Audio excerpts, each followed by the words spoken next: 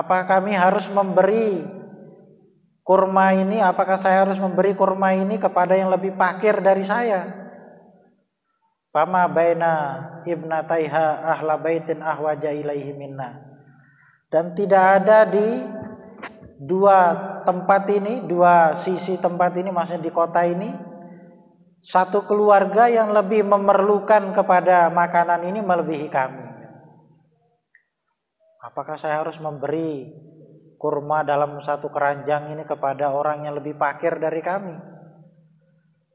Menurut saya, kata dia, di kota ini yang paling fakir ya saya ini. Lah mau saya kasihkan ke siapa ya Rasulullah?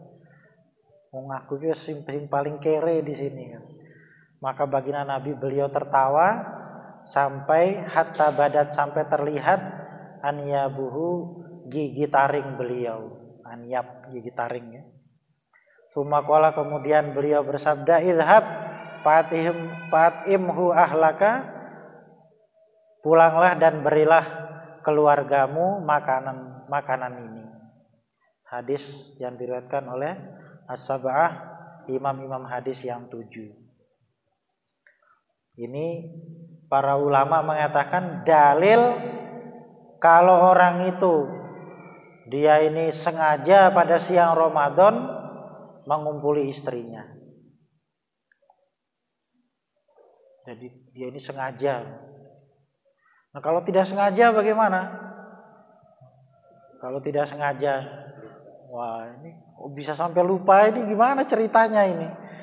Nah, siang-siang Ramadan ini kok sampai lupa, ini bagaimana? Lupa ataupun sengaja, hukumnya sama jadinya. Dimana kalau orang ini mengumpuli istrinya, dia harus mengikuti 3 aturan tadi. Pertama, memerdekakan budak. Nah sekarang gak ada budak, maka puasa 2 bulan berturut-turut sebagai hukuman bagi dia ini, karena melanggar atau membatalkan puasanya dengan mengumpuli istrinya tadi. Dia puasa 2 bulan berturut-turut. Wah tidak bisa ini, saya ini masih normal sekali ini. 1 bulan saja masih kebablasan. Maka dia memberi makan 60 fakir miskin. Ini yang terakhir, sudah gak ada lagi di bawah itu. Memberi makan 60 fakir miskin. Jadi 60 orang dengan makanan lauk pauk yang cukup untuk setiap orangnya ini. Kira-kira seperti ambeng yang biasa dibagi di lingkungan kita, untuk 1 orang itu sebanyak itu diberi kepada 60 orang. Tidak boleh jatah 60 orang itu diberikan kepada 1 orang. Umpamanya tak hitung duit ini 60 orang ini 1 juta umpama, wis tak kei wong siji, enggak boleh, Pak. Separuhnya 30 orang saja juga tidak cukup, harus diberikan kepada 60 orang. Ternyata umpamanya dia tidak mendapati di kampungnya itu fakir miskin sampai 60. Setelah dihitung di kampungnya ini, wah ini orang kecukupan semua ini. Cuma ada 3 orang umpamanya.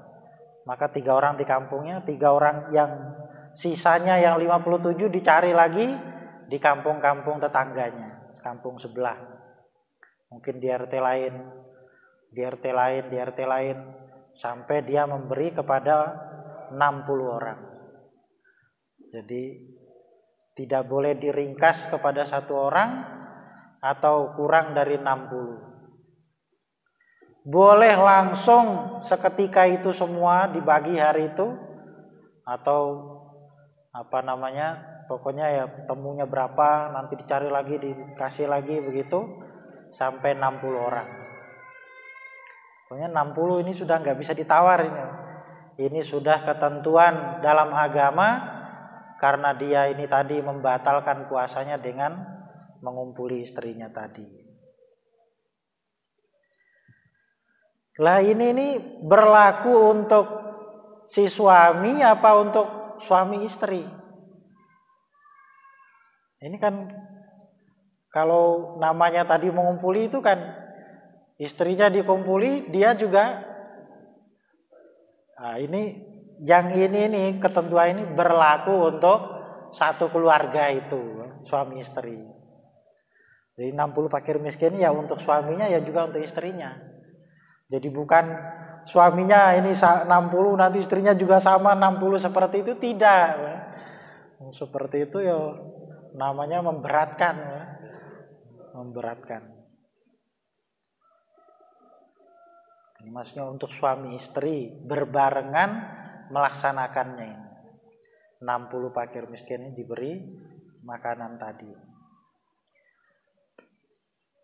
Oke, sakit dipahami bagaimana kalau orang ini pada siang-siang Ramadan itu merangkul atau memeluk istrinya, itu tidak apa-apa, tapi perbuatan itu makruh karena dia sedang puasa. Yang begitu-gitu itu makruh.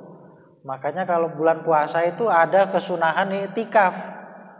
Di antara masuk i'tikaf itu bagaimana? Di antaranya seperti yang Allah sebutkan dalam Al-Qur'an, wala tubashiruhunna wa antum aakifuna fil masajid. Dan jangan kalian ini tubashir, menyentuh istri kalian, wa antum aakifuna fil masajid, sedangkan kalian ini sedang dalam keadaan i'tikaf. Niat i'tikaf di masjid, kok pulang nyentuh istrinya, lah ini i'tikafnya batal. Nah ini i'tikafnya supaya tidak batal bagaimana? Ya dia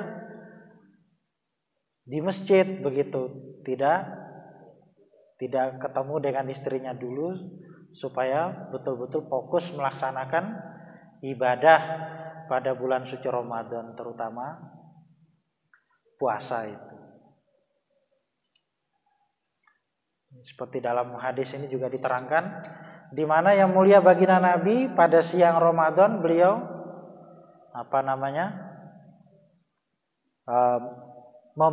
mencium istri beliau. Dan beliau ini adalah orang yang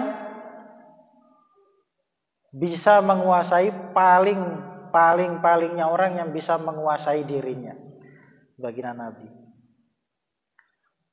Lah maka ini dalil para ulama ini tidak membatalkan. Tapi kalau wudunya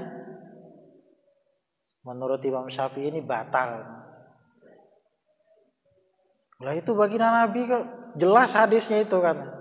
Kemudian beliau sholat, padahal beliau habis menyentuh istri beliau. Kemudian beliau sholat. Wudunya kan tidak batal. Ini Imam Syafi'i beliau berpendapat niku khususiyah untuk baginda Nabi. Karena Rasulullah ini orang yang paling bisa menguasai diri. Beda dengan kita. Kalau kita itu masih banyak hawa nafsunya, sehingga ketika menyentuh itu timbul dalam hati ini macam-macam keinginan. Tapi Imam Syafi'i ini mengatakan untuk selain baginda Nabi batal. Dan beliau menerangkan bahwa dalam Al-Quran itu jelas ayatnya yang menyebutkan bahwa kalau menyentuh wanita atau istrinya ini batal wudunya. Aula mastumun nisa falam tajidu ma'an fatayammamu sha'idan thayyiban. Aula mastumun nisa, atau kalian menyentuh wanita istri kalian dan kalian tidak menemukan air, maka tayamum kalau mau sholat. Berarti wudunya batal kalau dia sampai harus tayamum. Sehingga kalau dia mau sholat itu harus wudu lagi. Wudunya batal. Wow, itu kan kiasan dalam Quran itu, lamastumun nisa itu kiasan kepada jima, maksudnya di situ. Kalau Imam Syafi'i tidak. Lamasa di situ maksudnya mubasyarah, ini bersentuhan kulit dengan kulit tanpa ada penghalang. Ini kalau tersentuh itu yang disebut lamasa di situ batal wudunya. Nah, ini istilah-istilah para ulama. Kalau mazhab Hanafi mengatakan tidak batal. Lamasa di situ maksudnya adalah tidur dengan istrinya, maksudnya di situ batal wudunya, bukan bersentuhan begitu. Dibuktikan hadisnya yang mulia baginda Nabi juga menerangkan bahwa baginda Nabi menyentuh istrinya dan beliau sholat tidak wudu lagi. Ini pendapat mazhab Hanafi. Enak Pak? Ini mazhab Hanafi kan enak Pak? Lebih ringan. Masalahnya istri itu kan bersama dengan kita. Disentuh batal. Mana batal padahal kita mau menjaga wudu. Ini mau mau daimul wudu, mau melanggengkan wudu. Sedangkan kita di rumah itu selalu berserap bersama dengan istri dan keluarga. Ya, nyentuh batal terus, wudu lagi. Lebih mudah pendapatnya Imam Abu Hanifah ini yang mengatakan tidak batal. Enak tidak batal. Terus ayatnya juga sudah diterangkan, lamasa itu memang dalam Al-Quran itu istilah-istilah seperti itu tuh banyak. Seperti dalam ayat yang lain, nisa'ukum harsun lakum. Istri kalian itu adalah ladang bagi kalian, sawah bagi kalian. Fa'tu harsakum anna syi'tum. Mau didatangi dengan cara bagaimana saja, dari depan, dari belakang. Yang penting jangan yang belakangnya. Itu boleh. Itu di situ itu kiasan-kiasan, maksudnya sindiran-sindiran masuk kepada tidak secara vulgar atau secara telak menyebutkan begitu. Memang bahasanya Quran begitu, tidak sama seperti bahasa kita. Sehingga pendapatnya Imam Abu Hanifah ini lebih kuat mengenai urusan itu, yang mengatakan tidak batal. Tapi kalau kitanya ini ingin mengambil pendapatnya Imam Abu Hanifah mengenai yang membatalkan wudu, itu menurut Imam Ibnu Hajar, ambillah dalam satu qadiyah, satu pembahasan. Umpamanya dalam wudu ya ambil keseluruhannya, jangan hanya mengambil sebagian-sebagian begitu. Kalau diambil sebagian-sebagian seperti itu bisa terjatuh kepada talfik.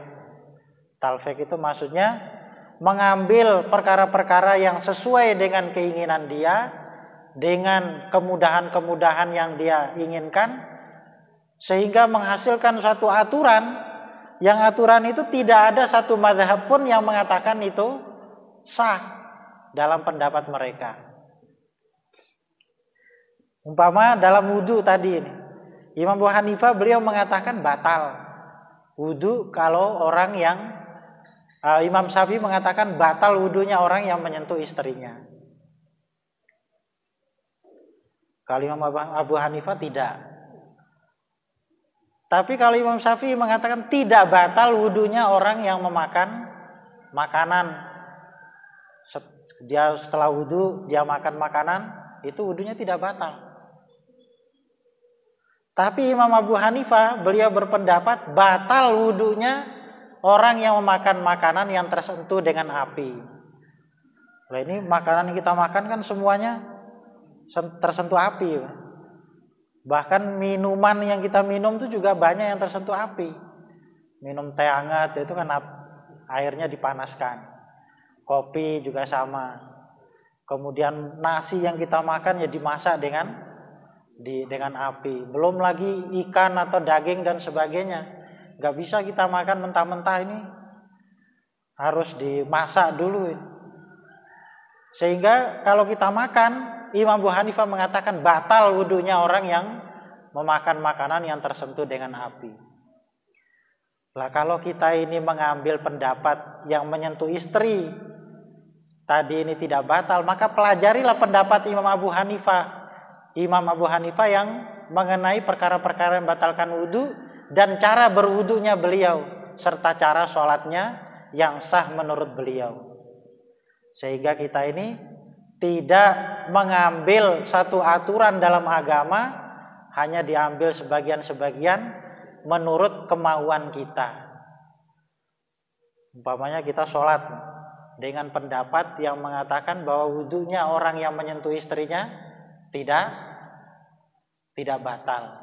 Menurut Imam Syafi'i batal, wudunya sudah batal. Kemudian sholat dengan caranya Imam Syafi'i. Lalu sholat menurut Imam Syafi'i, sholat dia betul sah, tapi wudunya tidak sah. Berarti sholatnya menurut Imam Syafi'i juga tidak sah. Lah dia wudu, tadi pendapatnya Abu Hanifah, wudunya sah, menyentuh istri tidak membatalkan, wudunya sah menurut Imam Abu Hanifah. Tapi dia sholat menurut caranya Imam Syafi'i, di mana Imam Hanifah beliau ada sebagian pendapat beliau cara sholat yang seperti Imam Syafi'i itu ada menurut beliau ini perkara yang tidak sahnya. Umpamanya sebagian cara takbir atau sebagian cara seperti Imam Syafi'i mengatakan yang wajib menghadap kiblat ketika orang sholat itu adalah badannya. Jadi badannya harus menghadap kiblat.